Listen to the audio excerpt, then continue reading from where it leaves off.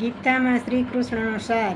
શ્રી કૃષ્ણ કહે છે કે જે બની ગયું તે સારા માટે જ બની ગયું, જે બનવાનું છે એ પણ સારા માટે જ બનશે, અને જે થવાનું છે તે પણ સારા માટે જ થશે. તમને કઈ વાતનો અફસોસ છે કે તમે રડો છો? કંઈ લઈને આવ્યા નથી, કંઈ લઈ જવાના નથી. તમારી પાસે અત્યારે જે છે તે કાલે કોઈક બીજાનું હતું, અને પરમ દિવસે ત્રીજા કોઈકનું થશે.